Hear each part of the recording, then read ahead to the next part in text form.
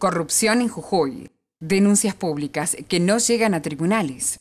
Desde su llegada al poder, el nuevo gobierno busca diferenciarse con sus antecesores kirchneristas por una característica esencial y cada vez más valorada por la sociedad: la transparencia. Sin embargo, ese objetivo en algunas áreas fue más enunciativo que concreto.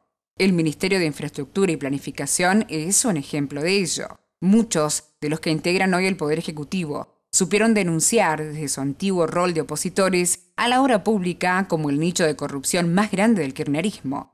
Hoy, con poder de decisión en los despachos oficiales, sostienen el mismo discurso, pero solo en casos contados llevan esas acusaciones a los tribunales. Los 10 últimos años de gestiones de los gobiernos anteriores, digamos, desde el 2005, 2003 hasta el 2015, ha quedado claro que la obra pública era el gran nudo, el gran centro de la corrupción en la provincia y en la nación. Las denuncias que se hicieron y que se pudieron comprobar de hechos de corrupción que tenían que ver con las contrataciones de maquinaria, digamos, había una matriz de producción destinada al robo de la cosa pública, digamos, no es que se terciarizaba la obra pública, se liquidaba de manera tal de que a una empresa se le daba el movimiento de suelo, a otro se le alquilaba la máquina, y por cada peso que se tenía que invertir en obra pública se gastaba 10 en hechos de corrupción. El oficialismo actual habla de sobreprecios en la obra pública, de alquiler de máquinas a empresas amigas del poder de turno,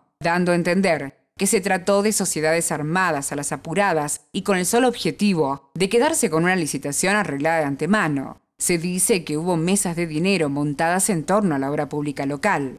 Sin embargo, a la hora de dar detalles de los supuestos casos de corrupción detectados, los funcionarios actuales levantan el pie del acelerador. ¿Cuáles son las empresas? ¿Quiénes eran sus dueños? ¿Quiénes eran los funcionarios involucrados? ¿De qué obras estamos hablando? Son preguntas que se quedan sin respuestas desde el oficialismo. Este cambio de esta matriz corrupta que usted señalaba al principio, ¿cuántas de las observaciones que ha ido recabando el Ministerio se han traducido en denuncias penales?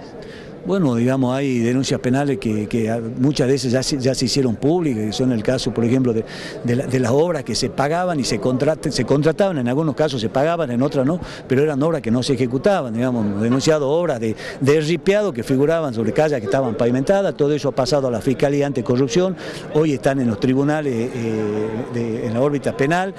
Obviamente son plazos de la justicia en la que yo personalmente no voy a opinar, pero lo que sí le puedo decir es que desde el Ministerio de Infraestructura, por cada irregularidad que hemos podido notar, hicimos las denuncias correspondientes. ¿En materia de alquiler de máquinas?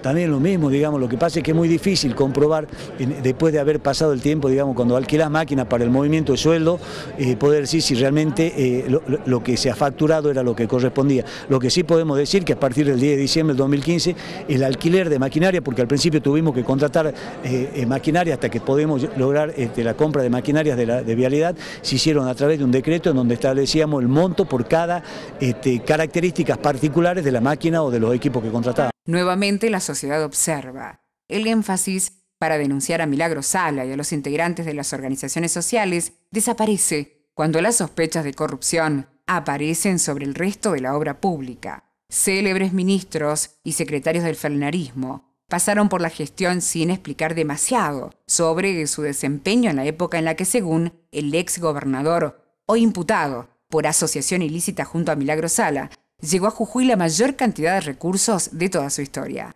El resultado de esa hiperabundancia de dinero público fue un triste 42% de pobreza estructural al cabo de la década ganada. Todos coinciden en que buena parte de ese dinero se diluyó por culpa de la matriz corrupta instalada en la provincia de Jujuy.